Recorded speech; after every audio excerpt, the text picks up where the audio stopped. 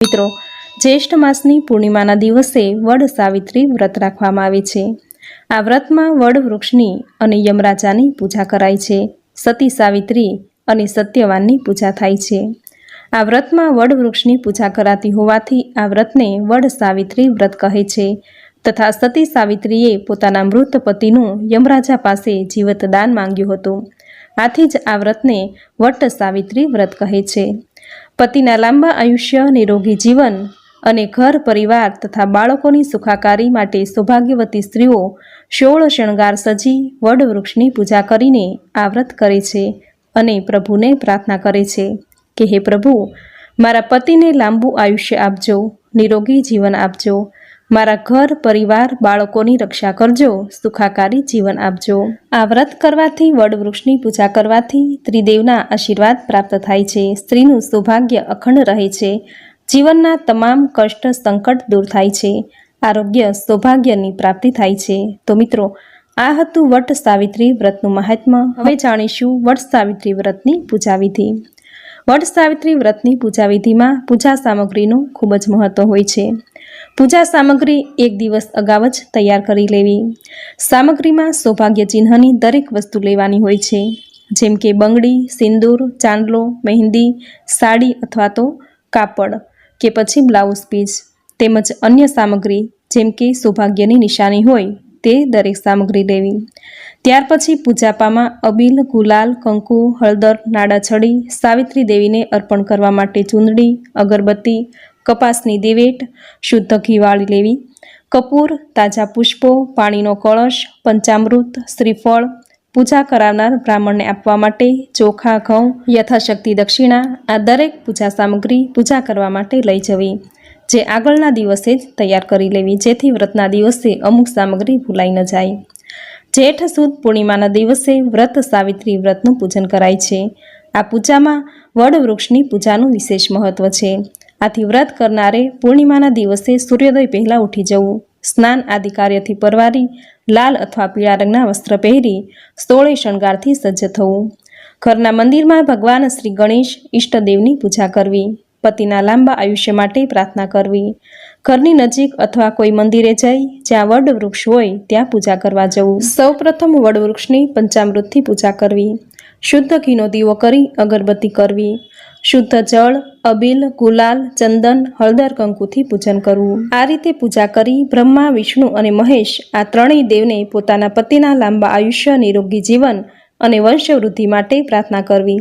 કારણ કે વડના મૂળમાં બ્રહ્માજીનો વાસ છે, થડમાં વિષ્ણુનો વાસ અને ઉપરના ભાગમાં ભગવાન શંકરનો વાસ હોય છે. આથી વડની પૂજા અર્ચના પ્રાર્થના કરી ધૂપ, દીપ, આરતી કરવી. ત્યારબાદ સૂતર લઈ વડની 108 પ્રદક્ષિણા કરવી. પ્રદક્ષિણા કરતા સમયે ઓમ નમો ભગવતે વાસુદેવાય આ મંત્રનો જપ કરવો. આ રીતે પૂજા કરી સાવિત્રી દેવીને નમસ્કાર કરવા. તેના જેવી પવિત્રતા જીવનમાં આવે તેવી પ્રાર્થના કરવી. સૌભાગ્યની વસ્તુ અર્પણ કરવી. પૂજા કરાવનાર ગોર મહારાજ કે બ્રાહ્મણને ચોખા, ઘઉં કે પછી શક્તિ મુજબ દક્ષિણા અર્પણ કરવી. સાવિત્રી દેવીને જે સૌભાગ્ય ચિહ્ન વસ્તુ ચડાવી હોય તે ગોરાણીમાને અર્પણ કરી દેવી. આમ વડ વૃક્ષની પૂજા અર્ચના કરી પતિના લાંબા આયુષ્યની કામના કરવી. આ વ્રત 5, 7 કે 9 વર્ષ કરી વ્રતનું ઉજવણું કરવું. ઉજવણામાં જેટલા વર્ષ વ્રત કર્યું હોય એટલા દંપતીને ભોજન માટે આમંત્રણ આપવું. ભોજનમાં મુખ્ય ખીર, ચણાનો પ્રસાદ બનાવવો તેમજ સૌભાગ્ય ચિહ્ન વસ્તુ અર્પણ કરવી. આ રીતે વ્રત કરવું. વ્રતના દિવસે સાવિત્રી દેવીની કથા સાંભળવી, જે સાંભળવાનો ખૂબ મહિમા છે. તો મિત્રો, આ હતું વડ સાવિત્રી વ્રતની પૂજન વિધિ, સામગ્રી, મહિમા અને ઉજવણાની વિધિ. હવે સાંભળશું વ્રતની કથા. બોલો માં સાવિત્રી દેવીની, બોલો આદ્ય શક્તિ માં સાવિત્રી દેવીની. પહેલાની આ વાત છે. અશ્વપતિ નામનો એક રાજા હતો. તેને એક રાણી, જેનું નામ વૈશાલી હતું. રાજા અને રાણી ખૂબ જ ઉદાર અને માયાળુ હતા. બધી રીતે તેઓ ખુશ હતા, પરંતુ તેના ઘરે સંતાનની ખોટ હતી. એક દિવસ તેના મહેલમાં સાધુ મહારાજ આવ્યા. તેને પણ રાજા રાણીની સ્થિતિ જોઈ અને ઘણું દુઃખ થયું.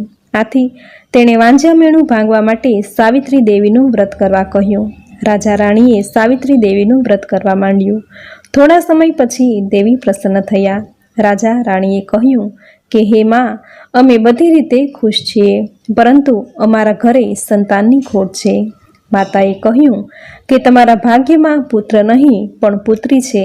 તે પુત્રી એવી ગુણિયલ અને ભક્તિભાવવાળી હશે કે જે આગળ જતાં તમારું નામ રોશન કરશે. આવું કહીને માં સાવિત્રી દેવી અંતર્ધ્યાન થઈ ગયા. 9 મહિના પછી વૈશાલી રાણીએ પુત્રીને જન્મ આપ્યો. માતા સાવિત્રીની કૃપાથી તેનું ફળ માની આ પુત્રીનું નામ સાવિત્રી રાખવામાં આવ્યું. સાવિત્રી જેટલી દિવસે ન વધે તેટલી રાતે વધવા લાગી. રાજા રાણી તેને લાડકોડથી ઉછેરવા લાગ્યા. તે દેખાવે ખૂબ જ સુંદર રૂપાળી હતી. વળી માતા પિતાના સંસ્કાર પણ વારસામાં મળ્યા હતા. સમય જતાં રાજા રાણીને તેના લગ્નની ઘણી ચિંતા થવા લાગી. રાજા રાણીએ ચારેય દિશામાં યોગ્ય મૂર્તિઓ મેળવવા માટે ઘણી તપાસ કરાવી, પણ સાવિત્રીને યોગ્ય વર ક્યાંય મળ્યો નહીં. આથી છેવટે તેણે સાવિત્રીને જ પોતાના વરની પસંદગી કરવાનું કહ્યું. સાવિત્રીએ વનમાં આશ્રમ બાંધીને રહેતા ધૂમતસેન રાજાના પુત્ર સત્યવાન ઉપર પોતાની પસંદગી ઉતારી. આ વાત સાંભળી રાજા રાણી ખુશ થઈ ગયા. આ સમયે નારદજી ત્યાં આવ્યા. રાજા રાણીએ નારદજીની સલાહ માંગી. નારદજીએ કહ્યું કે મહારાજ, સત્યવાન બધી રીતે તમારી પુત્રી માટે યોગ્ય છે, પણ રાજા રાણીએ ચિંતાના સ્વરે કહ્યું કે પણ શું મુનિરાજ? નારદજીએ કહ્યું કે સત્યવાનનું આયુષ્ય ખૂબ જ ટૂંકું છે. હવે તે માત્ર 1 જ વર્ષ જીવી શકશે. આ સાંભળી રાજા રાણીને ખૂબ દુઃખ થયું. તેઓએ પોતાની પુત્રીને સમજાવી કે તું સત્યવાનને પરણવાનો વિચાર માંડી વાળ. સાવિત્રીએ તેના માતા પિતાને કહ્યું કે હે માતા, હે પિતા, મારા ભાગ્યમાં જે થવાનું હશે તે જ થશે, માટે તમે ચિંતા ન કરો. મેં સત્યવાન સાથે લગ્ન કરવાનું નક્કી કરી લીધું છે અને હું હવે આ વાતથી ફરીશ નહીં. સાવિત્રીની મક્કમતા જોઈ અને રાજા રાણી પણ ચૂપ થઈ ગયા. રાજા અશ્વપતિ ના છૂટકે ધૂમતસેન રાજાના આશ્રમમાં ગયા અને પોતાની દીકરીનું માગું નાખતા કહેવા લાગ્યા કે રાજા, હું રાજા અશ્વપતિ છું અને મારી પુત્રી સાવિત્રીને આપના પુત્ર સત્યવાન સાથે પરણાવવા ઈચ્છું છું. રાજા ધૂમતસેને કહ્યું કે ક્યાં અમે અને ક્યાં તમે, ક્યાં હું? મારી પાસે રાજપાટ પણ નથી રહ્યા. મારા દુશ્મનોએ મારું રાજ પડાવી લીધું છે અને આથી હું વનમાં આશ્રમ બાંધીને બાકીના દિવસો પસાર કરું છું. તમારી દીકરીને શા માટે તમે નર્કમાં ધકેલો છો? અશ્વપતિએ કહ્યું કે રાજન, મારી પુત્રી આપના પુત્રને પરણવા ઈચ્છે છે, તો એમાં તમને શું વાંધો છે? રાજા ધૂમતસેને કહ્યું કે મને એમાં શું વાંધો હોય? ખુશીથી મારા પુત્ર સત્યવાન સાથે તમારી પુત્રીને પરણાવો. તેઓ ઊભા થવા ગયા અને આંધળા હોવાને કારણે પાણીના માટલા સાથે અથડાયા અને પડતા પડતા બચી ગયા. સત્યવાન ત્યાં આવી ગયો અને તેણે પિતાજીને બેસાડી દીધા. સારું મુહૂર્ત જોઈ અને અશ્વપતિએ સાવિત્રીને સત્યવાન સાથે ધામધૂમથી પરણાવી દીધી. રાજા રાણી ઉપરથી તો ઘણા ખુશ હતા, પરંતુ અંદરથી ખૂબ દુઃખી હતા, કારણ કે થોડા દિવસમાં જ તેની પુત્રી વિધવા થવાની હતી. લગ્ન પછી સત્યવાન અને સાવિત્રી આનંદથી રહેવા લાગ્યા. પતિ પત્ની એકમેકને ખૂબ જ પ્રેમ કરતા. જ્યારે સાવિત્રીએ પોતાના પતિ વિશે નારદજી પાસેથી ટૂંકા જીવન વિશેની વાત સાંભળી, ત્યારથી જ તેણે સાવિત્રી દેવીની આરાધના કરવા માંડી. આમ કરતાં કરતાં 1 વર્ષ પૂરું થવા આવ્યું. સત્યવાનના મૃત્યુનો દિવસ આવી ગયો. એ દિવસે સવારે સત્યવાન જંગલમાં લાકડા કાપવા જંગલમાં જવાની તૈયારી કરવા લાગ્યો. સાવિત્રી પણ તેની સાથે તૈયાર થઈ. જંગલમાં એક સુકાયેલું ઝાડ જોઈ સત્યવાન તેને કાપવા લાગ્યો. થોડી વારમાં તો તેને પેટમાં દુખવા માંડ્યું. તે બેભાન થઈ જમીન પર ઢળી પડ્યો. સાવિત્રી તેની નજીક ઊભી હતી. તે આ દ્રશ્ય જોઈ રડવા લાગી અને સત્યવાનના કપાળ પર હાથ ફેરવવા લાગી.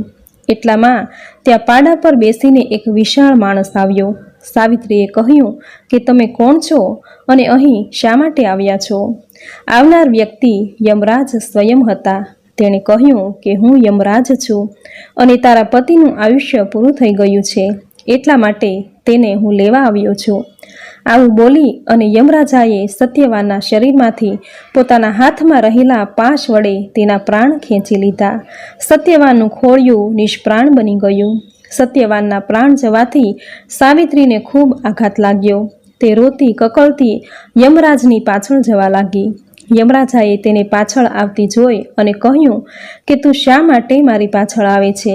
લલાટે લખાયેલા લેખ ક્યારેય મિથ્યા જતા નથી. તારા પતિના નસીબમાં લાંબુ આયુષ્ય લખાયું નથી, માટે તું આ બધું ભૂલી જા અને પાછી વળી જા. સાવિત્રીએ કહ્યું કે જ્યાં મારો પતિ ત્યાં હું, માટે હું પાછી તો નહીં જ વળું. હું તમારી સાથે 7 ડગલા ચાલી છું, એટલે આપણા વચ્ચે મિત્રભાવ સ્થાપિત થઈ ગયો છે. આથી હું તમને મિત્ર ભાવે વિનવું છું કે મને મારો પતિવ્રતા ધર્મ બજાવવા દો. યમરાજાએ કહ્યું કે દીકરી, હું તમને હજુ પણ કહું છું કે તારા પતિના પ્રાણ સિવાય તારે જે જોઈએ તે માંગ, પણ પાછી વળી જા. સાવિત્રીએ કહ્યું કે મારા સસરાને ચક્ષુદાન આપી દેખતા કરો. યમરાજાએ કહ્યું કે તથાસ્તુ, હવે તું પાછી વળી જા. સાવિત્રીએ કહ્યું કે મારા માટે પાછું વળવું અશક્ય છે. જ્યાં મારો પતિ ત્યાં હું, એ જ નારી ધર્મ છે. વળી સત્પુરુષોનો સત્સંગ કદી નકામો જતો નથી. તો પછી શું તમારો સત્સંગ નકામો જશે? યમરાજાએ કહ્યું કે દીકરી, સાચે જ તે મને ધર્મ વિશે સમજ આપી. તારા પર હું ખુશ થયો છું.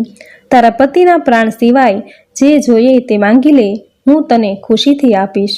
સાવિત્રીએ કહ્યું કે મારા સસરાને આંખો આપી દેખતા કર્યા, હવે તેનું છીનવાઈ ગયેલું રાજ્ય પાછું આપો. યમરાજાએ કહ્યું તથાસ્તુ. હવે આગળનો માર્ગ કપરો છે, માટે દીકરી તું પાછી વળી જા.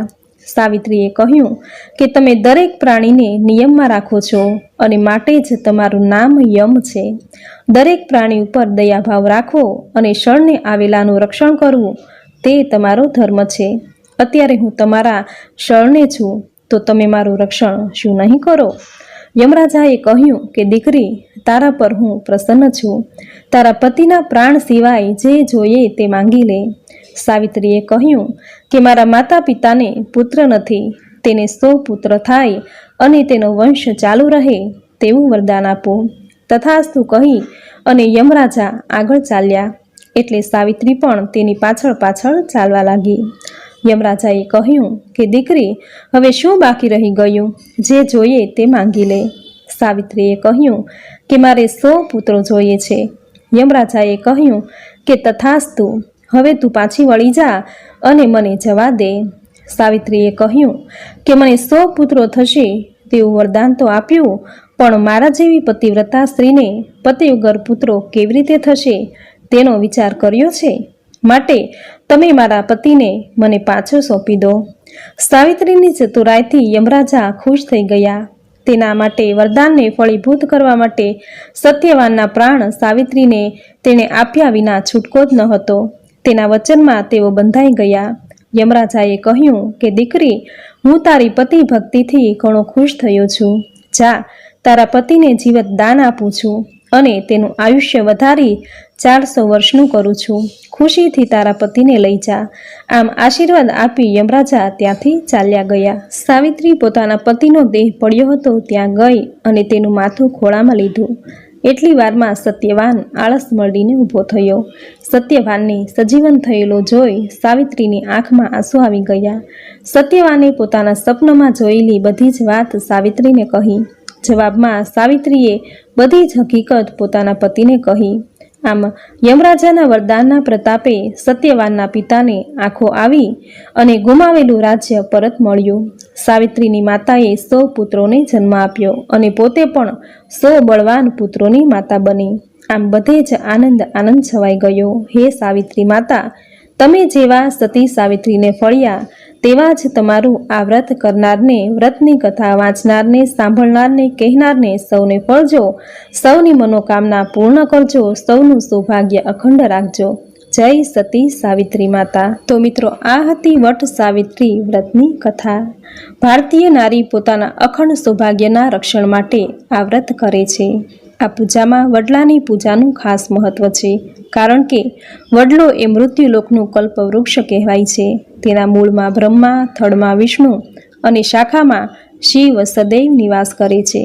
આ વટવૃક્ષની પૂજા અને વ્રત સાથે ભારતની એક મહાસતીની કથા જોડાયેલી છે. ભારતની આ મહાસતીનું નામ છે સાવિત્રી. તેની પતિવ્રતાની પ્રચંડ શક્તિ સામે મૃત્યુના દેવ યમરાજાને પણ ઝૂકવું પડ્યું હતું. તેની વિવેક બુદ્ધિથી જ સતી સાવિત્રીએ યમને વરદાન આપવા મજબૂર કર્યા હતા. માત્ર 4 જ વરદાનમાં સાવિત્રીએ પતિનું જીવતદાન અને સંસારનું સર્વસ્વ માણી લીધું. જે આજે પણ ભારતીય નારી પૂરી શ્રદ્ધાથી 3 દિવસ વટ સાવિત્રી વ્રત પૂરી શ્રદ્ધા અને ભક્તિથી પોતાના પતિની લાંબી આયુષ્ય, ઘર અને બાળકોની સુખાકારી માટે કરે છે. તો મિત્રો, આ હતી વડ સાવિત્રી વ્રતની કથા લખાણ સાથે, જે તમે પૂરી શ્રદ્ધાથી અંત સુધી સાંભળી, જે સાંભળવી તમને જરૂર ગમી હશે. તો વિડીયોને લાઈક કરી કોમેન્ટમાં જય સાવિત્રી માતા, જય વટ વૃક્ષ જરૂર લખજો. ચેનલ પર જો નવા છો તો ચેનલ સબસ્ક્રાઈબ કરી બાજુમાં બેલ આઇકન પ્રેસ કરી દેજો, જેથી આપણા આવતા દરેક નવા વિડીયોની નોટિફિકેશન તમને મળતી રહે. તો ફરી મળીશું આવી જ નવી ધાર્મિક માહિતી, નવી ધાર્મિક કથા સાથે. ત્યાં સુધી